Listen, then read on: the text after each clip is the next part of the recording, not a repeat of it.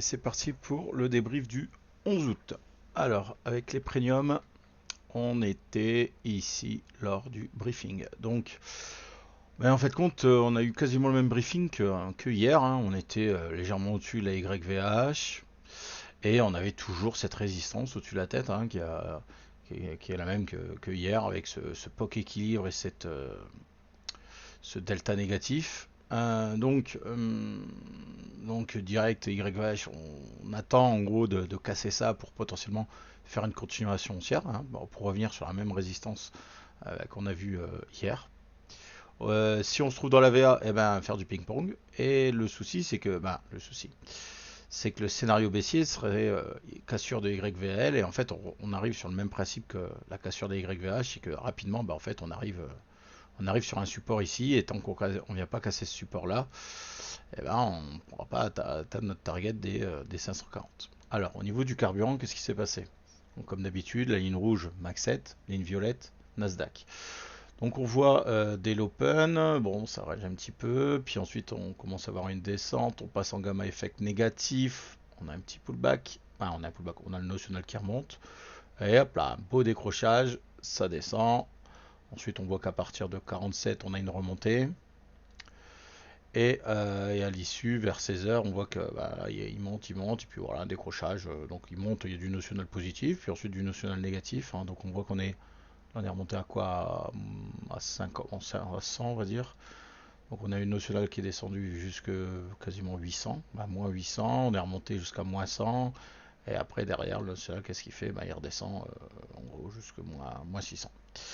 Ok, bon maintenant on va aller voir sur le graphe comment on aurait pu s'en sortir. Donc on voit là l'open, hop, je zoome un peu. Donc l'open elle se fait ici, bon quasiment sur le point du, on a fait notre brief.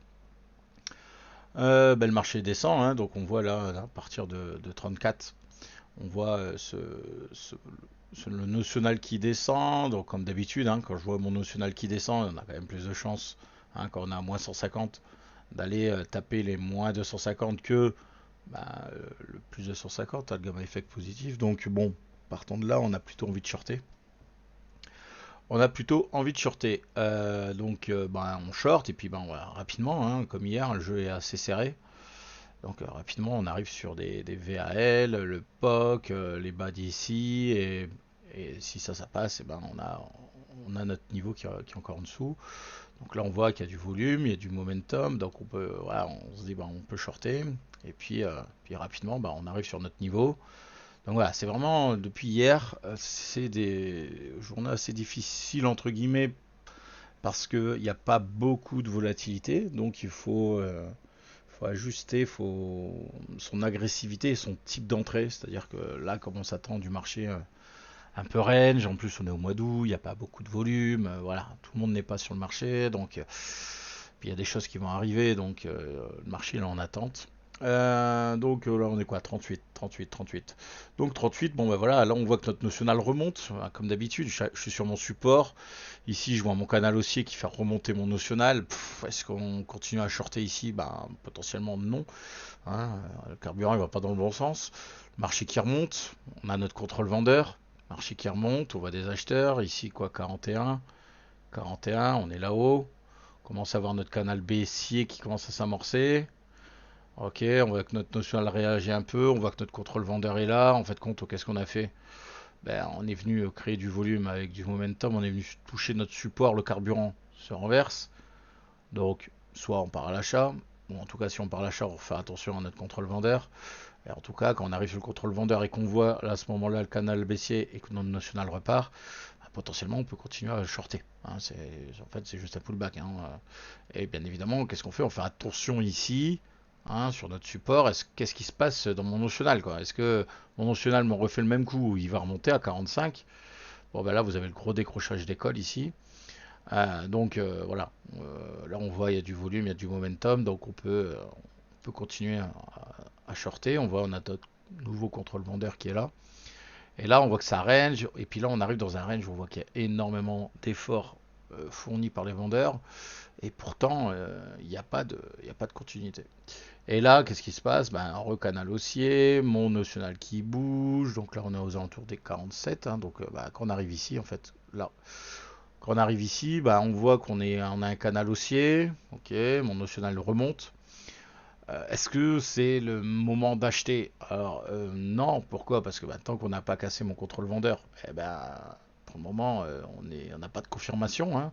Donc oui, c'est vrai qu'on voit un canal haussier, oui, c'est vrai que mon national remonte, mais est-ce que j'ai des confirmations là-dedans? Non, pour le moment, on a juste une augmentation de volume potentiellement qui nous a fait casser notre contrôle, notre delta négatif. On a eu notre momentum et pour le moment, on est en train de faire du ping-pong ici. Par contre, donc acheter, bon, c'est un peu prématuré, mais en tout cas, on peut acheter les bas et se dire, ben, si ça bloque au niveau du contrôle vendeur, eh ben, je sors. Et vendre là, oui, on peut vendre là, mais attention, parce qu'on n'a pas le national qui est vraiment contre nous, avec nous. Par contre, quand on voit que le contrôle vendeur il tient, on peut potentiellement aller rechercher les bas. Non, hein, on voit c'est 187, c'est 501, donc on peut aller rechercher potentiellement les bas et de se dire bon ben moi ce que je veux voir c'est le national qui descend tout ça. Bon, vous savez faire avec les différents scénarios qu'on a travaillé. Puis là on voit bon bah ça casse, il n'y a pas de volume, hop, ça repull back. Et là, boum, on crée, on voit là, le delta là, et hop là, momentum. Donc là, si on était en short, là, c'était le monde, se barrer, de se dire, oh putain, il se passe un truc. On casse le contrôle vendeur, il y a un truc qui va pas. Et là, à ce moment-là, donc, quelle heure il est? 16 heures. Et là, à 16 heures, qu'est-ce qui se passe? Bah, en fait, on a toute cette phase. 16 heures, voilà. Il veut pas que je les zoome, si. Voilà. Il y a toute cette phase haussière en fait, hein. Donc on a notre notional qui monte, on casse ce contrôle vendeur, bah, potentiellement on peut attaquer des achats. Et là pareil dans sa tête on se dit attention la YVL, hein, ça peut être un pullback YVL pour une continuation baissière à 16 heures pile poil, donc 16 heures pile poil, il faudrait que je revienne un peu en marche arrière. Ah, bien évidemment il veut pas. Voilà, 16 heures pile poil, bah là le problème c'est qu'à voilà, à 59, bah, qu'est-ce qui se passe? On est en canal haussier, le national il fait que monter. Est-ce qu'on peut s'attendre à un retour là, une baissier, vous savez, le petit pullback YVL et boum, on descend bah, avec le national qui monte comme ça, on se méfie, hein, donc soit on était en vente, bon bah déjà là on se barre. Si on est à l'achat, bah, potentiellement on dégraisse notre position ici, puis on sécurise et qu'on voit que le national monte, bah, pourquoi pas aller essayer de grappiller un maximum avec un stop suiveur. Et puis ensuite, bah, comme d'hab, bah, le marché remonte et comme on a un jeu assez serré, bah, rapidement on arrive sur le delta positif. On va arriver sur la VH, la YVH. Et là, à ce moment-là, qu'est-ce qui se passe? Eh ben, mon national il bouge plus quoi. Mon national il bouge plus. J'ai canal baissier, canal haussier, canal baissier, canal haussier. Et puis bah là, lui, plus de carburant, plus rien quoi. Jusqu'au moment où on voit à partir de 12, 12, 13, 14, dans cette zone-là, là, commence à voir le national qui tombe. Donc on va aller voir 12, 13, voilà, ici. 12, 13, 14, voilà. Là, on commence à voir le national qui commence à tomber. Donc c'est toujours la même chose à se poser, hein, c'est se dire, je suis sur des résistances, un peu comme tout à l'heure sur notre support. Je suis sur des résistances. Et au début, ça range. Et on voit que mon canal, il y a des canaux haussiers, baissiers, canaux, hop, ça range. Et puis d'un seul coup, j'ai un canal baissier qui fait pousser qui fait descendre en fait mon notional. Donc c'est de se dire, si mon notional il descend, est-ce que j'ai potentiellement du carburant pour aller péter la résistance? Non. Donc qu'est-ce qu'on pourrait faire? Potentiellement se mettre des shorts, bien évidemment avec des zones qu'on identifie.